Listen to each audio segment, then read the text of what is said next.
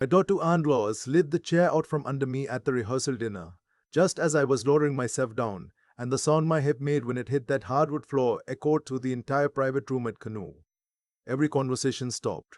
Someone gasped. A fork clinked against a plate and then everything went silent. She stood over me in her cream blazer, one hand resting on the back of the empty chair, and smiled. "Oh, Harold, I'm so sorry. I thought you'd already sat down." Her voice was warm and concerned and entirely false. I'd been a carpenter for 31 years. I knew the difference between an accident and a clean cut. What she didn't know was that her father had just walked through the front door of the restaurant, and when he saw me on that floor, something crossed his face that I haven't seen since a job site in Fort McMurray, 22 years ago. Something that changed everything. My son's name is Daniel. He's 34 now, an environmental engineer with the city of Toronto, and he has his mother's eyes, that particular shade of gray-green that looks different depending on the light. Lynn died 11 years ago. Ovarian cancer, stage 4, diagnosed in January and gone by October. I remember standing in our kitchen in Sudbury the evening after her funeral. Daniel sitting at the table still in his dress shirt and thinking, I don't know how to do the next part. But I did it.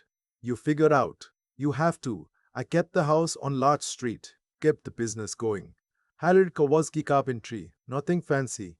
Mostly residential renovations. Some commercial work when the contracts came in. I drove Daniel to hockey at 5:30 in the morning every Tuesday and Thursday for 6 winters. I helped him with his calculus homework even though I had to read the textbook chapter myself first before I could explain anything. When he got into the University of Waterloo, I drove him down in my truck with everything he owned loaded in the back, and I cried the whole way home on the 400. Not because I was sad, but because Lynn would have been so proud. He met his fiancée, Celeste, 3 years ago in a work event. She's from Old Me, Toronto. That particular strain of quietly wealthy that doesn't talk about money because they've never had to. Her father, Gerald, runs an architectural firm downtown. Her mother, Diane, sits on 2 charitable boards and summers at their place in Muskoka. Celeste herself is a corporate lawyer at a Bay Street firm that has so many names in its title, you lose count. She's brilliant, Dad, Daniel told me the first time he mentioned her. Like, genuinely one of the smartest people I've ever met. I was happy for him. I was. The first time I met Celeste was at a dinner in Yorkville, at a restaurant where the menu doesn't have prices, and the bread arrives in a cloth napkin folded like a swan. Daniel had told me it was casual. I wore my good jeans and my blue button-down, the one I keep for church and parent-teacher things, the one with no stains and both buttons at the cuff still attached. The maitre d' looked at me the way you look at a scratch on a new car. Celeste's mother Diane was already at the table when I arrived. She offered her hand with the tips of her fingers, barely enough to shake. Her eyes moved from my shoes to my collar and back to her wine glass in about 2 seconds. "So you're in construction," she said, as if confirming an unfortunate diagnosis. "Carpentry," I said. "Custom work, mostly. Kitchens, built-ins, some heritage restoration." She turned to refill her glass. Celeste's younger brother Oliver was there too. He works in private equity, which I understand means he moves money around for people who already have a lot of it. He spent most of the dinner looking at his phone under the table. When he did engage, it was to ask Daniel about his portfolio, in a way that made clear he wasn't asking about work projects. Celeste herself was polished and precise and said all the right things. She asked about Sudbury, about my work, smiled at the right moments. But there was something in her smile, a kind of management to it, like she was handling me rather than talking to me. The bill came to $412. Before anyone reached for it, Celeste said lightly, "Oh, Harold, since Dad couldn't make it tonight, would you mind? The parents usually split it, and Diane already covered the reservation fee." She said it like it was the most natural thing in the world, like she was doing me the favor of explaining the rules. I put my card down. "What else do you do?" Walking back to the parking garage, Daniel said, "She really liked you, Dad. I could tell." I looked at my son, my kind, trusting, brilliant son, and I said, "She seems very capable." He took it as a compliment. I meant it as a warning to myself. 2 months before the wedding, Celeste came to my workshop. Not a visit. She doesn't do casual visits. She came with a purpose, which she announced immediately upon arriving and surveying my shop like it was a condemned property. "I need to talk to you about the wedding," she said, standing in the middle of my floor in her coat, a camel-colored wool thing that probably cost more than my truck payment. About the reception specifically, about seating, I set down my sander. Okay, Daniel and I have been very intentional about the guest experience, she said. She used words like that: intentional, curated, aligned. The reception is at the Arcadian Court. It's a formal venue. We want everything to feel cohesive. I waited. Some of our guests are very established in terms of careers networks. It's important to Daniel's professional future that certain impressions are made. She paused. I think it would actually be better for you, honestly, if you were seated with some of the other guests who are more similar in background, people you'd have more in common with. I kept my voice level. Where am I being seated, Celeste? She pulled out her phone and showed me the seating chart. Table 14. I recognized the names beside mine: the florist, the photographer's assistant, the event coordinator's colleague who was helping run logistics, the vendor's table. Daniel approved this, I said. It wasn't quite a question. Daniel trusts me to handle the details. She smiled that managed smile. I think this arrangement actually gives you more freedom to enjoy the evening. Less pressure. Less pressure. As if being tucked away with the hired help was a gift she was giving me. After she left, I sat down on my workbench and looked at Lynn's photograph. The one I keep nailed to the post near the window, taken at Killarney Provincial Park the summer Daniel was 4. I talk to her sometimes. I know how that sounds. She's going to disappear him, I said. She's going to file down everything that connects him to us until there's nothing left. I didn't call Daniel that night. I sat with it. I thought about what to do. The answer came unexpectedly from my oldest friend, a man named Walter who I've known since we were both apprentices on the same crew in Solstice. Marie, back in the 80s, Walter's a retired site supervisor and the most practically intelligent person I know. We meet every other Wednesday at a Tim Hortons on Regent Street. Always the same corner booth, always a large double-double, and that Wednesday I told him everything. He listened. He poured 3 sugars into his coffee, which he always does regardless of what he ordered. Don't fight her, he said when I finished. Fighting her just makes you look like the difficult one. Gives her the story she wants to tell. So I do nothing. You do nothing obvious. He looked at me. You just stay present, held. You keep showing up as yourself. People like that. They get comfortable when they think they won. They stop being careful. He picked up his cup. And be at that wedding. Be there completely. Whatever she does. The night before the wedding, my phone rang at 11:15. Daniel. His voice was the voice of the 12-year-old who woke me up with nightmares after his mother died. Dad, can I come over? He was at my door in 20 minutes. I made tea. He sat at my kitchen table. The same table he'd done homework at, cried at, eaten about 1,000 meals at. And he held the mug in both hands and didn't say anything for a while. She told me we should sell the Sudbury house after the honeymoon, he finally said. Your house? She thinks we should. She said it's an asset that's not performing, and the equity could go into. He stopped. Dad, that's your house. That's where Mom's garden is. I kept my hands around my own mug. What did you tell her? I said I'd think about it. He looked up at me. I don't want to think about it. I don't want to think about any of it. Dad, she keeps, there are these little things, and individually I can explain each one away, but together they, he exhaled. I don't know who I'm supposed to be when I'm around her family. Who do you want to be? He was quiet. Because here's what I know, I said. You're a man who got up at 5:30 in the morning to scrape ice off the car so your teammate wouldn't have to wait. You're a man who called his father every Sunday from his dorm room, even when he had exams. You're a man who sat by his mother's bed for 3 days at the end and held her hand and sang her songs even when she couldn't hear them anymore. I leaned forward. That person didn't come from nowhere. That person is made of something. Daniel's jaw was working. I'm not asking you not to love her, I said. I'm asking you to make sure the person she loves is actually you. He left close to 1 in the morning. He didn't say what he'd decided, but something had straightened in him by the time he walked out the door. I drove to the Arcadian Court the next afternoon in my good suit, charcoal grey, bought for Lynn's sister's wedding a decade ago. Still fits if I stand straight, and found my table card with the practiced ease of someone expecting to be where they don't belong. Table 14. Kowalski. Between the event coordinator's contact and the photography assistant. I picked up the card and walked toward the family section. Celeste appeared before I had taken 5 steps. She had the gift of appearing exactly where she wasn't wanted. Harold. Her voice was gracious and final. Your table is over here. I'm going to sit with the family, I said. I really think. I'm going to sit with the family, I said again, just as quiet, just as clear. Something moved behind her eyes. She turned and walked ahead of me toward table 3, where Daniel's aunt and his late mother's cousin were seated with a few family friends. An empty chair at the end. Fine, she said, and she gestured to the chair with a kind of graceful flourish. Here. I began to lower myself into the seat. She pulled it back. I didn't fall completely. One hand caught the edge of the table, but my knee hit the floor, and my shoulder wrenched, and I went down enough that it was unmistakable, undeniable, in front of 24 people who were close enough to see everything. The string quartet stumbled on a note. Heads turned. Celeste was already crouching beside me, her hand on my arm, her face a mask of concern. Oh my goodness, Harold. Are you all right?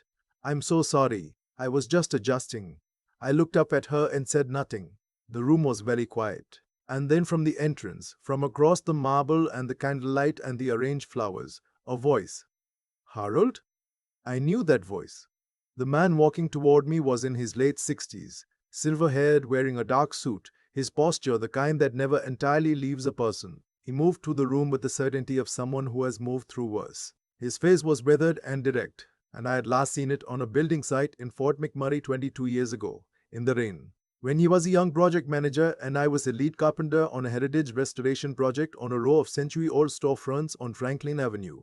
His name was Gerald, Celeste's father.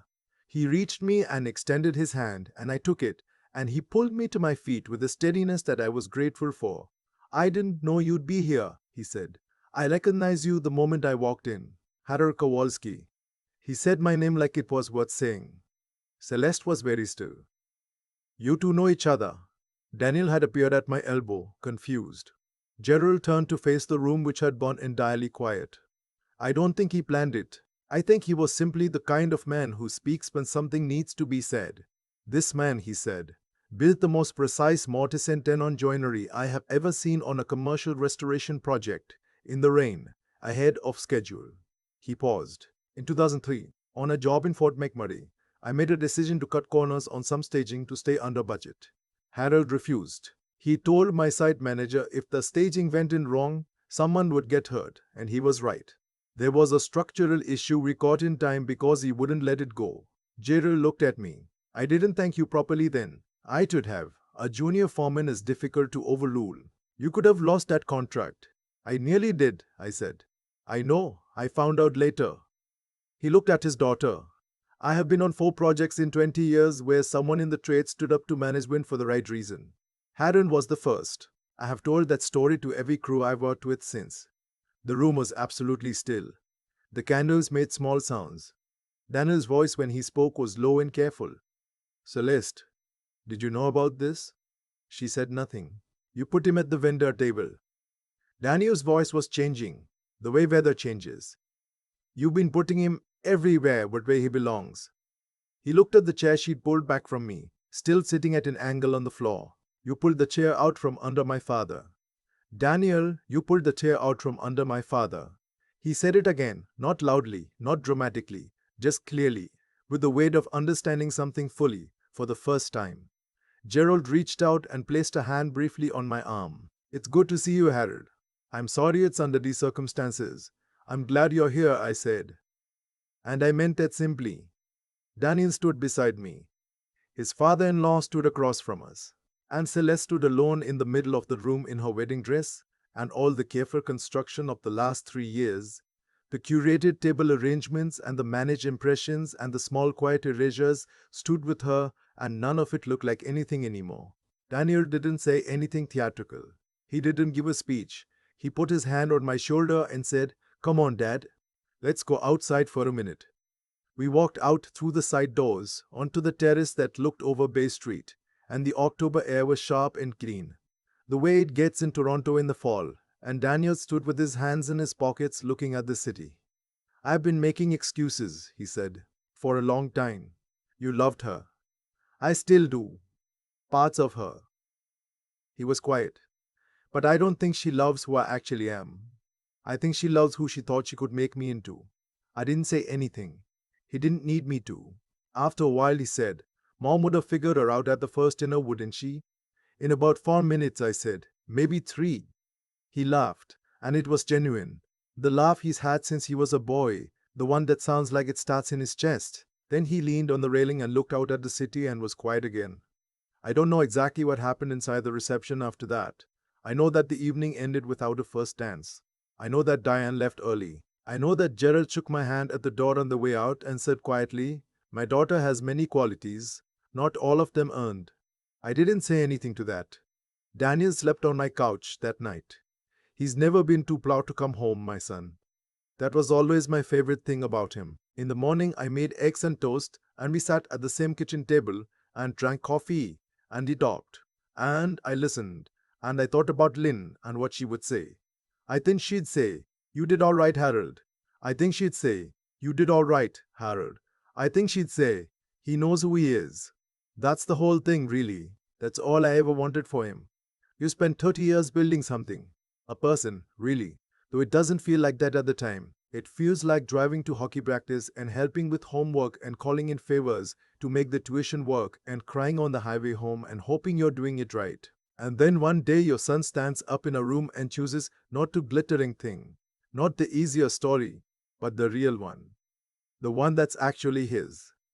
Lynn's garden is still in the backyard on Larch Street. The perennial she planted the last summer she was well came back again this spring. They always do. I've thought a lot about that chair, not the fall itself, though my shoulder reminded me of it for 2 weeks after, but the confidence behind it.